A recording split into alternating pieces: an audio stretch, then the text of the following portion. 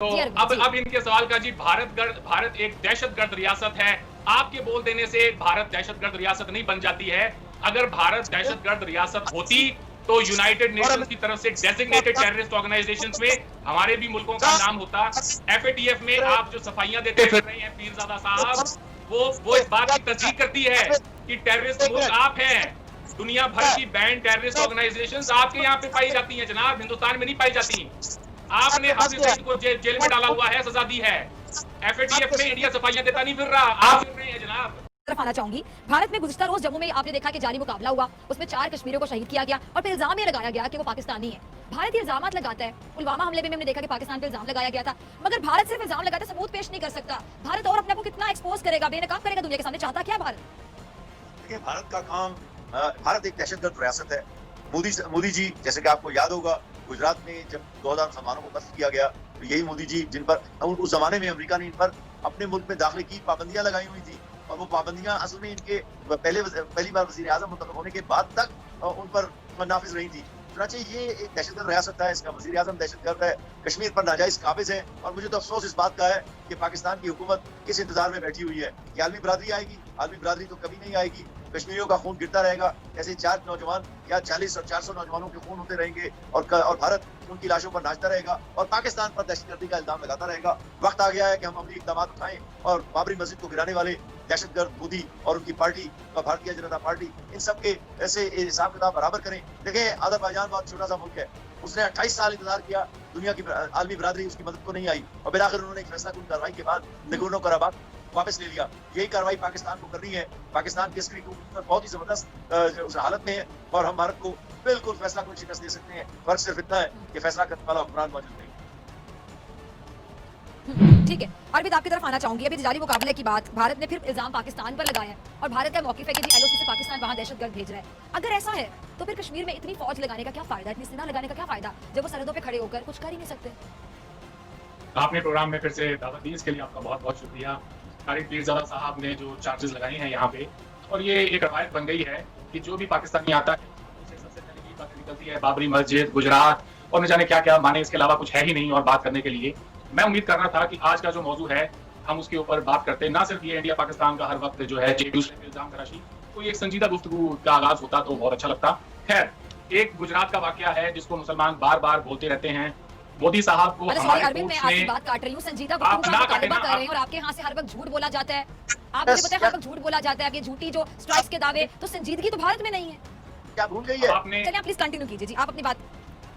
आपने बात तब तो नहीं काटी जब तारिक पीरजादा साहब बोल रहे थे। जब मैं ही बोल रहा होता हूँ तभी बात काटनी होती है, आपको बात ना काटें। पहले सुनने की थोड़ा हौसला रखें, सब्र रखें, आपको पूरा मौका मिलेगा। आप ही का शो है जी, मेरा नहीं है। चले जी, बड़ा सब्र है हमारे, हमें चलिए आप सुनाइए, हम सुनते हैं, लेकिन झूठ तो ना बोलिए, गलत बात ना करें। नहीं, झूठ नहीं है वो, आपको लगता है झूठ है, झूठ ऐसा बिल्कुल नहीं है। तो एक नाथूराम बोर्ड से एक गुजरात पर आपकी सुई अटकी हुई है 70-72 सालों से, उसके आगे जाने के लिए तैयार नहीं है। आपने मेरे सवाल का तो जवाब नहीं दिया ना अरविंद, आप पता नहीं कहां चले गए। संजीदगी की बातें कर रहे हैं आप, मेरे इंट्रो के बारे में बात कर रहे हैं, तारिक साहब के बारे में बात कर रहे हैं कि उनकी जो गुफ्तगू है उसमें से आपको संजीदा गुफ्तगू नजर नहीं आई। तो मैंने जो सवाल पूछा कि क्यों झूठे इल्जाम लगाता है भारत पाकिस्तान पे, क्यों जाली मुकाबले करके पाकिस्तान पे इल्जाम लगाने की कोशिश करता है, मेरे सवाल का जवाब दे देना, आप बात को घुमाएं। मैं आपके सवाल की तरफ ही आ रहा हूँ, थोड़ा सा तो मुझे भी तरमीम बांधने दे। उन्होंने भी, आपने सवाल क्या पूछा था और वो गुजरात और बाबरी मस्जिद पे चले गए, मुझे भी हक है उसको रिस्पॉन्ड करने का। अगर तारिक पीरजादा साहब ने इस वाकये पे बात की होती तो मैं उसी पर आता, लेकिन पहले आपने जो कहा है मैं उसका जवाब देता हूं। एक बाबरी मस्जिद है जिसका आप बार बार जिक्र करते रहते हैं। मैं आपको ये बता दूं, हिंदुस्तान के हिंदुओं के हर शहर के अंदर, हर मुकद्दस शहर के अंदर हमारे जो मस्जिद हैं वो मंदिरों के बराबर शाना बशाना खड़ी हैं। अब एक हमारा ये मुतालबा रहा है कि भगवान श्री राम की पैदाइश अयोध्या में हुई है, उस बाबरी मस्जिद के नीचे हुई है, तो एक ही जगह पे राम पैदा हो सकते हैं। हिंदुस्तान की हर मसाजिद के नीचे से तो राम नहीं पैदा हो सकते थे। तो मुसलमानों को चाहिए था कि वो गंगा जमुना तहजीब के चलते और हिंदुओं को वो जगह दे देते। अगर मसला होता आपके यहाँ पर तो आपने तो मौका भी नहीं देना था, ना कोई मुकदमा होता, ना ही कोई अदालत लगती, आपने फैसला ऑन द स्पॉट करना था, जैसा 47 में आपने किया। अब आ जाते हैं मोदी साहब पे, तो मोदी साहब को हमारे कोर्ट्स ने बिल्कुल उनको हर जो आपने इल्जाम लगाया उससे बरी किया है। अब बार बार एक जो घिसा पिटा रिकॉर्ड बजाने का कोई मतलब नहीं बनता, ये आपको समझ लेना चाहिए। कोर्ट पे भी सवाल निशान है, कोर्ट पे कोई सवाल निशान नहीं है। अब नहीं कोई सवाल निशान नहीं है। कम ऑन, एक बनाना रिपब्लिक से तो का कंपैरिजन ना करें ना हिंदुस्तान की अदालतों का। अब आ जाते हैं आपके सवाल की तरफ, तारिक आप इसका जवाब मैं आपसे लूंगी, आपकी पॉइंट नोट कर लें जी। भारत में बाकी इंसाफ है क्या, भारतीय अदलिया के बारे में क्या आपकी राय? तारिक मैं आपकी तरफ आऊंगी, पहले मुझे जी आप कंप्लीट करें, फिर मैं आ रही हूँ जी। बड़ी मेहरबानी। तो जी, अब इनके सवाल का जी, भारत एक दहशतगर्द रियासत है। आपके बोल देने से भारत दहशतगर्द रियासत नहीं बन जाती है। अगर भारत दहशतगर्द रियासत होती तो यूनाइटेड नेशंस की तरफ से डेजिग्नेटेड टेररिस्ट ऑर्गेनाइजेशंस में हमारे भी मुल्कों का नाम होता। FATF में आप जो सफाइयां देते फिर रहे हैं पीरजादा साहब, वो इस बात की तस्दीक करती है कि टेररिस्ट मुल्क आप हैं। दुनिया भर की बैंड टेररिस्ट ऑर्गेनाइजेशंस आपके यहाँ पे पाई जाती हैं जनाब, हिंदुस्तान में नहीं पाई जाती। आपने अपने देश को जेल में डाला हुआ है, सजा दी है। FATF में इंडिया सफाइयां देता नहीं मिल रहा, आप मिल रहे हैं जनाब। तो आप ये बड़ा कन्वीनियंट है, ये भी पब्लिक कंजम्पशन के लिए आप बोलते हैं, मगर कुछ सुनने वाला है नहीं इन बातों को। जी, ये प्रोपेगेंडा है भारतीय अफवाज का। थोड़ा मुझे इस बात प्रोपेगेंडा तब है पीरजादा साहब जब मैंने बोलना क्या शुरू किया, आपसे तो बर्दाश्त तक नहीं हुआ कि बंदा बोल के रहा है? आप जब बोल रहे थे तो मैं सुन रहा था आपको। अब मेरी बारी आई, थोड़ा सब्र करें, इन चीजों को पचाना सीखें। दहशतगर्द का नुमाइंदा बन के बात कर रहे हैं, आप खुद बात करें। कोई नुमाइंदा बन के बात नहीं कर रहे हैं, कोई दहशतगर्द है ही नहीं। हमारी तारीख है, दुनिया में जहां भी जाते हैं हमारा नाम है। क्या आप जो बातें कर रहे हैं इनका कोई सरोपैर नहीं है साहब। आपके जो मन में आए आप बोलते रहे। क्यों पाकिस्तानी आवाम से झूठ बोल रहे हैं? थोड़ा शर्म करें। 800 मिलियन भारतीय वो है जिनके पास रोटी नहीं है, उनके चेहरे गड़े हुए हैं, उनकी खाल आंखें जो धसी हुई है। ये भारत का चेहरा है असली। एक पाकिस्तानी नौकरी के लिए आया था यहाँ पर, उसको ये कहने में शर्म आ रही थी जॉब इंटरव्यू में कि मैं पाकिस्तानी हूँ। उसने कहा अरविंद भाई मैं इंटरव्यू में ये बोलकर आया हूँ कि मैं इंडिया से आया हूँ। आपके पाकिस्तानी लोग जो बाहर के मुल्कों में जाते हैं वो इंडियन रेस्टोरेंट बोलते हैं, वो पाकिस्तानी रेस्टोरेंट नहीं बोलते, पाकिस्तानी हर जगह इंडियन पाकिस्तानी रेस्टोरेंट बोलते हैं। कोई नहीं कहलाता। फिजा, डॉक्टर फिजा, आप जब सड़क पे चल रही होंगी ना तो किसी से कोई गोरा जब आपको देखेगा तो वो यही कहेगा कोई हिंदुस्तानी जा रही है, कोई ये नहीं कहेगा पाकिस्तानी जा रही है। इस मुकाबले में ना ये बहुत गलत बात है। आगे अली रज़ा आपकी तरफ आना चाहती हूँ, आपने इनको भी सुना, इनको कमेंट करना चाहे तो प्लीज कीजिएगा। और जो भारतीय सेना वहाँ पे जुल्म कर रही है, 1 मिनट, कश्मीर में जो आप लोग जुल्म कर रहे हैं, आप लोग कश्मीर में जुल्म कर रहे हैं, आप लोग अपनी पहचान किस तरह बताते दुनिया को? क्या आप भारत से ताल्लुक रखते हैं? बच्चों के हाथ में क्या हमें भाई मकबूजा कश्मीर में मकबूजा कश्मीर में कौन है जो निहत्ते कश्मीर में जुल्म कर रहे हैं? वो पाकिस्तानी फौज नहीं है, वो आपकी भारतीय सेना है। भारत की बुज़दिल सेना। वहाँ पे 80 साल की औरतों की बिस्मतदरी की बातें पेश आई है। रेपिस्ट है आपकी भारतीय सेना। मुस्लिम खवातीन को नहीं छोड़ते वो। अली रज़ा, कश्मीर के हवाले से बात हो रही है, जरा बताइए इनको कश्मीर के हालात बताइए। कश्मीर में जो जुल्म भारतीय सेना कर रही है, किस मुंह से ये लोग वहाँ लोगों को बताते हैं कि हम उस भारत से ताल्लुक रखते हैं जिसकी भारतीय सेना कश्मीर में इतना जुल्म कर रही है कि 70, 75, 80 साल की खवातीन भी महफूज नहीं है भारतीय सेना के हाथों, उनका भी रेप हो जाता है वहाँ। अरविंद साहब, मैं अरविंद साहब को जवाब देता हूँ। देखिए, आप जिस तरह कह रहे हैं कि आप जज्बाती होंगे, जज्बाती नहीं होना चाहिए, लेकिन जो फैक्ट्स है उसको सुनने का मादा होना चाहिए, बर्दाश्त का मादा होना चाहिए। देखिए, भारतीय जो सिक्योरिटी फोर्सेज है, ऑक्यूपेशन फोर्सेज, मैं कहूंगा कि क्योंकि मैं कश्मीरी हूँ और मेरे लिए वो ऑक्यूपेशन फोर्सेज हैं। आप हमेशा कहते रहे हैं और 70 साल से सुन रहे हैं कि भारत का वो अटूट अंग है। तो भाई आपका अटूट अंग अगर फर्ज करे मान भी ले कोई कि आपका अटूट अंग है, तो क्या आप ये बताएं मुझे कि आप वो जिस तरीके से आपने एक छोटी सी बच्ची जो हिबा जान थी उसकी आंखें निकाल दी पैलेट गन से, 19 माह की बच्ची, तो क्या ये इस किस्म का जुल्म आप इंडिया के दूसरे इलाकों में करते हैं? पैलेट गन का इस्तेमाल जो भारतीय फोर्सेज मकबूजा कश्मीर के अंदर कर रही हैं, क्या वो इंडिया के किसी और इलाके में हो रहा है? भाई आप कहाँ, आप काबज हैं, आप नहीं, आप सुनिए पहले, उसके बाद आप जवाब दीजिए। देखिए, सुनने का जो है ना, आप बर्दाश्त का मादा होना चाहिए, हर चीज के साथ आनी चाहिए। ठीक है जी। अच्छा, मुझे ये बताएं कि इतनी 9 लाख फौज वहाँ बैठी हुई है और आपके जो वजीर दाखिला है और दूसरे मिनिस्टर्स भी, वो पिछले कई सालों से मैं सुन रहा हूँ, वो कहते हैं कि ये 150-200 मिलिटेंट है वहाँ पे पहाड़ों पे और वहाँ पाकिस्तान से दहशतगर्द आते हैं। अब तो लाइन ऑफ कंट्रोल पे आपने पूरी बाढ़ लगी है। ये मुशर्रफ साहब और वाजपेयी साहब के दौर पे वो पूरी की पूरी बाढ़ लगी है। अब तो अंदर जाना आना भी मुश्किल है, हालांकि वो गैर कानूनी है। मैं ये आपको बताऊं, क्योंकि कश्मीर की फैमिलीज को डिवाइड किया गया है। हमारी फैमिलीज उधर भी है, इस तरफ भी है। हमें पूरा हक बनता है कश्मीरियों को, वो चाहे वो श्रीनगर जाए या श्रीनगर से वो मुजफ्फराबाद आए, उनको नॉर्मली भाई आप कोई मुल्क आप रोक नहीं सकता है। लेकिन चले, आपने वो भी कर लिया। उसके बाद आप कहते हैं कि जी रोज आपने इस वक्त तक हमने इतने दहशतगर्द 100 से ज्यादा मार दिए। भाई आप एक तरफ तो आप कहते हैं कि 150 मिलिटेंट है और आप कहते हैं पाकिस्तान से आते हैं, ये सारे दहशतगर्दी पाकिस्तान कर रहा है। और जितनी भी लाशें वहाँ जो मौजूद हैं, जो आपका जो मास ग्रेव्स में जो लाशें हैं, उसमें भी जो तमाम लाशें जो है वो मकबूजा कश्मीर के रिहायशियों की है, वहाँ के जवानों की है। आप लोग उनको दफन कर देते हैं और कहते हैं कि ये टेररिस्ट आए थे पाकिस्तान से। भाई खुदारा, आप DNA टेस्ट करवा लें। आपको कहा गया, यहाँ यूरोपियन पार्लियामेंट के अंदर रेजोल्यूशन पास हुआ जिसमें मास ग्रेव के ऊपर पूरी बाकायदा उन्होंने उसको कंडेम भी किया था और उसके बारे में ये भी प्रपोजल आया था कि DNA टेस्ट किए जाए उस मास ग्रेव के। 2800 से ज्यादा जो है ना मास ग्रेव मिली थी, आपके इलम में होगा। तो आप DNA करवाएं ना, DNA करवाएंगे तो आपकी बात जो आप कहते हैं कि ये दहशतगर्द है, पाकिस्तान से आते हैं, वहां से आते हैं, तो वो झूठ साबित होगी और आपकी पता होगी। आप क्यों नहीं कहते? अभी भी आप देखें कि हर दूसरे चौथे दिन आप बच्चों को वहां शहीद कर रहे हैं, लेकिन वो बच्चे कहाँ से हैं? आप कहते हैं, पहले कहते हैं कि वो आए पाकिस्तान से, वो राजौरी के बच्चों के साथ क्या हुआ, आपने वो 3 बच्चे मारे और बाद में कहना पड़ा कि वो बंदे, पहले आपने कहा कि वो पाकिस्तान से आए हैं, वो दहशतगर्द है, बाद में पता चला वो तो वही के से।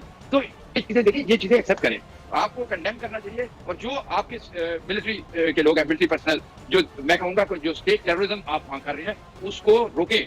वरना आप याद रखें कि जर्मनी के हिटलर की जो नाजी फोर्सेस थी, आज तक उनको जस्टिस का सामना करना पड़ रहा है। और ये भी मैं आपको बता दूं कि हर चीज डॉक्यूमेंट हो रही है, एक एक बच्चे का केस डॉक्यूमेंट हो रहा है, एक एक विक्टिम का केस डॉक्यूमेंट हो रहा है। और वो वक्त आएगा कि ये जितने भी लोग इन्वॉल्व हैं इस वॉर क्राइम में, उनको इंशाल्लाह जस्टिस का सामना करना पड़ेगा। आपने एक फौजी को किसी को सजा दी है, या किसी भी मुजरिम को जिसने वहां सिविलियन पे जुल्म किया है, आप छोड़ दें मिलिटेंट को, जो सिविलियन पे आपने किया है, क्या उसको किसी को एक को सजा हुई? अभी जो डॉक्टर साहब बता रही थी, देखिए जो कुनाल पोशपुरा का वाकया है, 25 साल हो गया, 28 साल, आज तक जस्टिस हुआ? क्या उन मुजरिमों को सजा दी गई? नहीं दी गई। तो आप प्लीज, आप जो है ना, आप ये देखें, हकीकत फैक्ट की बात करें। हम किसी के दुश्मन नहीं है, हम अपना हक चाहते हैं, कश्मीरी किसी का दुश्मन नहीं है, लेकिन अब हम अपना हक लेंगे और लेके रहेंगे। ये कश्मीर कश्मीरियों का है। कश्मीर जो है ना, इस पे भारत कभी भी कामयाब नहीं हो सकता। अगर जो वो वाजपेयी साहब ने कहा था कि स्काई आर द लिमिट, तो उन्होंने कहा था कि जो जमहूरियत, कश्मीरियत और जो है ना इंसानियत होगी, लेकिन मोदी साहब ने जो आके इंसानियत का जो बेड़ा गर्क किया वहाँ पे, और ताकत के जरिए वो खत्म करना चाहते हैं। मैं आपको बता दूं, दुनिया की मिसालें मौजूद है, ताकत के जरिए आप कश्मीरियों की जमहूरियत खत्म नहीं कर सकते, कश्मीरियों की आजादी की सड़क को खत्म नहीं कर सकते। मुझे और ये इंडिया के पास एक था कि आप दिल जीतते, इंडिया के पास मौका था वो दिल जीतते, लेकिन उन्होंने वो जुल्म, और आप भी 9 लाख से ज्यादा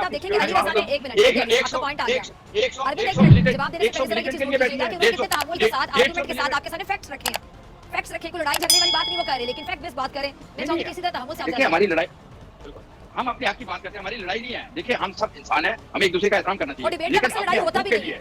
बिल्कुल, डिबेट का मतलब लड़ाई होता भी नहीं है। आप बात करें, लेकिन जो जुल्म है, लेकिन जो जुल्म है, उस जुल्म की मजम्मत करनी चाहिए और जुल्म को एक्सेप्ट करना चाहिए। और वही कौमें तरक्की करती हैं जो अपनी गलतियों का एतराफ करती हैं और आगे बढ़ती हैं। अगर आप गलतियों का एतराफ किया और आज देखें, डॉक्टर फिजा, पहले मुझे मैं अरविंद से जवाब देना चाहूंगी, तारिक मैं आपकी तरफ आऊंगी। जी अरविंद, ठीक है, बड़ी मेहरबानी, आपने आप बीच में इंटरप्ट ना करें। पहले मैं कह लूंगा, जवाब देने का टाइम मेरा है, उसके बाद तारिक साहब मैं आपकी तरफ आई, अरविंद के बाद मैं आपकी तरफ ही आ रही हूं। जी, मैं एक हूं और आप 3 हैं, मैं एक हूं और आप 3 हैं, तो मुझे थोड़ा टाइम देगा आप, ठीक है? मैंने इंटरप्ट नहीं किया। आपने कहा कि ये कोई लड़ाई नहीं हो रही है, बड़े प्यार से डिबेट हो रही है, तो प्रोग्राम का एक मिनट अरविंद यहीं पे रुक जाएं, एक मिनट अरविंद यहीं पे रुक जाएं। आपने कहा कि आप एक हैं, यानी आप भारत से नुमाइंदगी करें, और हम 3 हैं। मैं तो एंकर हूं, मैं तो आप तमाम लोगों को मौका दे रही हूं बात करने का। आप तमाम लोग आपस में बात करें। तारिक भी ज्यादा पाकिस्तान की नुमाइंदगी करें। अब कश्मीर तो आपकी नजर में कश्मीर, एक मिनट, कश्मीर तो आपकी 2 टांग है। एक मिनट, आप बोलने देंगे मुझे 2 टांग है, तो कश्मीरी को आप कह रहे हैं कि पाकिस्तान के साथ है, यानी आपने तो खुद हकीकत एक्सेप्ट कर ली। जी, मैं जी नाज़िर जरा गौर कीजिएगा इनकी बात पे। जी अरविंद, अब मुझे जी, अब बीच में इंटरप्ट ना आपने कहा कि आप करें। दोनों एक साथ हैं, यानी आपने कश्मीर को पाकिस्तान के साथ मान लिया ना, तो छोड़ देना कब्जा। लगा था क्यों काबिज है वहां पे, जो वो रहना नहीं चाहते आपके साथ। डॉक्टर फिजा साहिबा, आप थोड़ा सा आपके मेरी बात का जवाब नहीं अरविंद, जवाब बोलने दे नहीं रही है, आप मुझे बात नहीं करने दे रही हैं। ऐसा है जी, इन्होंने बहुत सारी बातें की हैं। मैं अली रजा साहब ने जो बातें की हैं, मैं एक एक करके उनका जवाब देना चाहूंगा। सबसे पहले तो ये है कि बड़ी खुशी है जी, आप एक तो प्रोग्राम का नाम बदलें, टाकरा, ये कोई मोहब्बत वाला काम है नहीं, इसमें आप लोगों को लड़ाते हैं आके। अब आगे चलते हैं कि इन्होंने कहा कि जी डीएनए टेस्ट करवा लें, इन्होंने कहा कि हम आपकी आर्मी वहां पे पैलेट गन इस्तेमाल करती है। मैं करके सबका जवाब देना चाहूंगा। आपको शुक्र है वाजपेयी साहब याद तो आए। आज मोदी साहब जब आपसे थोड़ा सा एकदम सख्त होकर बात करनी शुरू की है, तो आपकी चीखें निकल गई। लेकिन देखिए, लेकिन जब हमें याद है, जब वाजपेयी साहब लाहौर आए थे, अब ये आप गलत कर रहे हैं। नहीं, आप गलत कर रहे हैं। अब आपको इंटरप्ट नहीं करना चाहिए, आप इंटरप्ट करना चाहिए आपको। ना, अब आपको इंटरप्ट नहीं करना चाहिए। साहब और आप दोनों खामोश हो जाए, पीछे जाके बात करिए, आप ना करें इंटरप्ट। अब सुन ले, अब सुनने का मतलब है, मैंने भी सुना था। आप जब बोले जा रहे थे, ना, आप बीच में इंटरप्ट ना करें। जी बोले क्या कहना चाहते हैं? मैं बड़े तहम्मुल से आपको सुन रहा हूँ, तो बीच में इंटरप्ट ना करें, आपको खुदा का वास्ता। इन्होंने आपको शुक्र है वाजपेयी साहब याद तो आए, वरना मैं तो ये समझे बैठा था कि इनको याद भी नहीं है कि वाजपेयी साहब दिल्ली से लाहौर में बस में जाके वहां पे तशरीफ लाए थे। वो वाजपेयी साहब जिनकी पीठ पे जो है छुरा कोपा गया, वो मियां मोहम्मद नवाज शरीफ साहब ने खुद कहा कि अगर मैं वाजपेयी साहब की जगह होता तो मैं भी यही फील करता कि उनकी पीठ पे जो छुरा कोपा गया है वो बिल्कुल ठीक सोचते हैं। अब आ जाए आगे, इन्होंने कहा कि डीएनए टेस्ट करवा लें। इतनी दवाइयां को खाता है, उसका दिमागी तवाज़ुन ऐसा हो जाता है कि नवाज का हो चुका है। मैडम बोले ना बीच में, वाह वाह वाह, बोलना शुरू कर दिया। जैसे मैंने मुझसे मेरी जो बातें ना वो आपसे हजम नहीं होनी है। अब आपके पास नवाज शरीफ टेस्ट करवा लें। नवाज शरीफ किसके एजेंडे में चल रहा है, जरा बता दें। कुछ ढकी छुपी बात रह गई है। मैं उस पे नहीं जा रहा। मेरी बात सुनिए, पाकिस्तान से खबरें हकाइक आप लोग नहीं पहुंचते, पाकिस्तान की खबरें नहीं देखते आप। बात का जवाब देना चाहता हूं। नवाज शरीफ किसके हाथों में खेल रहे हैं, क्या बात करेंगे नवाज शरीफ की? मैं अली रजा साहब की बात का जवाब देना चाहता हूं। अगर आप देने देंगी तो मैं जवाब दूंगा। ऐसे नहीं होता है। आप जवाब देना, आप नवाज शरीफ को क्यों बोल रहे हैं? वो नवाज शरीफ किसके हाथों में खेल रहे हैं? मुझे बोलने तो दे, क्यों बकसाए कर रही है अपना और मेरा? क्यों वक्त जाया कर रही हैं? मुझे बोलने तो दें। उन्होंने कहा जी डीएनए टेस्ट करवा लें। अब वो लोग जो हैं अगर बॉर्डर पार से आए हो तो मैं तो हैरान हूं इनकी ये दलील सुन के। 70 साल ही हुए पाकिस्तान को बने हुए, हमारे और आपके डीएनए में कोई फर्क नहीं। अली रजा साहब क्या मजाक कर रहे हैं आप? हैं एक तो ये हो गया, फिर कह रहे हैं जी पैलेट गन चलाते हैं। इनसे ये पूछ लिया जाए हमारी आर्मी शुक्र मनाए कि पैलेट गन का इस्तेमाल करती है। आप जो हैवी आर्टिलरी मशीनरी यूज करते हैं, मशीन गन ऊपर से जो आप बलूचिस्तान में यूज करते हैं वो नहीं यूज करते। हम वो नहीं यूज करते। हम जिस तरह से आपकी फौज इस्तेमाल करती है बलूचिस्तान में वो हैवी मशीन गन यूज नहीं करते। आगे आ जाएं। कहाँ चले गए? मेरी बात खत्म कर लेते हैं, आप अगर इंटरप्ट ना करें आपसे तो बर्दाश्त नहीं होगी, नींद नहीं आपको रात को। सुन ले अगर आप ऐसी बातें करेंगे तो मैं तो सर पकड़ के बैठ जाऊंगी। क्या बातें कर रहे हैं आप? नहीं सर नहीं सर आपको पकड़ने की जरूरत है। आप सुनना नहीं चाह रही हैं, प्रॉब्लम ये है। बिल्कुल सच्ची बात करेंगे ना, मैं सुनूंगी। आपने तारिक पीरजादा, तारिक क्या बातें कर रहे हैं? कहाँ की बातें हैं? कौन सी बातें कर रहे हैं ये? कौन सी कहानियां? अपनी कहानियां ना सुनाएं, कुछ अच्छी बात करें, फैक्ट बेस्ड बात करें। तो तीन की चीखें अरविंद हकाइक पे अपनी बात करें ना, अपने भारत की मीडिया पर हकीकत ना करें कि कुछ भी बोले चले जाएं। पाकिस्तानी अखबार पढ़ के आप होती चली जा रही हैं। दुनिया आपको कहां से सारी आवाम भी सुन रही है उनके झूठ। जी पहले खत्म करूं मेरा आखिरी पॉइंट ले ले, बाकी तो आपने बोलने नहीं देना मुझे। कोरोना तो आपके मुल्क से चला नहीं जा रहा है इंडिया में, बातें इतनी बड़ी-बड़ी कर रहे हैं आप। कोरोना की कितनी नाश मचाया आपके नरेंद्र मोदी को। क्या आपने कितने फौजियों को पता नहीं आपने किसको बना दिया है, बेटा पता नहीं क्या बनाया है। तारिक पीरजादा साहब इतने सीनियर जो है दलिया हैं, इनको थोड़ा पीरजादा साहब सब्र रखें, थोड़ा सब्र रखें। मेरी एक दलील सुन ले, उसके बाद आप बोलते चले जाएं, मैं नहीं बोलूंगा। एक दलील ले लो, उसके बाद मैं नहीं बोलूंगा। कितनी अजीब बात है। एक सांस में इतना बोले पे साथ-साथ आप कह रहे हैं कि मुझे बोलने नहीं दिया जा रहा, इससे बड़ा झूठ क्या हो? आप बोलने नहीं दे रही हैं। अब हम सब खामोश सिर्फ आप ही बोल रहे हैं गुज़श्ता इतने मिनट से। अभी मैं आपको नहीं बोलने दे रही, अभी मैं आपको नहीं बोलने दे रही, मुझे बोलने दें, अभी मैं आपको नहीं बोलने दे रही। सारा टाइम तो मैं यही बोल रहा हूँ। आपसे बात नहीं होगा। मैंने जो अगली बात कह दी तो आपसे सुनी नहीं जाएगी। आपको नींद नहीं आएगी। क्या झूठ बोल रहे हैं? झूठ सुन रहे हैं, हम भी सुन रहे हैं, नाज़रीन भी सुन रहे हैं आपके झूठ की कोई बोलने बदला झूठ कौन सा? कौन सी कहानी सुनानी है? सुन रहे हैं आपकी कहानियां, अगली कहानी सुनाएं। हिंदुस्तान की जेल में बंद नहीं है, पाकिस्तानी जेल में बंद है। अच्छा आपने उसको कोई शादी में मेरे सवाल का जवाब अभी तक नहीं दिया। न जाने क्या क्या कहानियां सुना दी मुझे आपने। बलूचिस्तान से होते हुए हाफिज सईद पर आगे मेरे सवाल का जवाब वहीं पे रह गया। आपने कहा था मैं दूंगा जवाब। जी तारिक पीरजादा एक मिनट में दे दीजिएगा।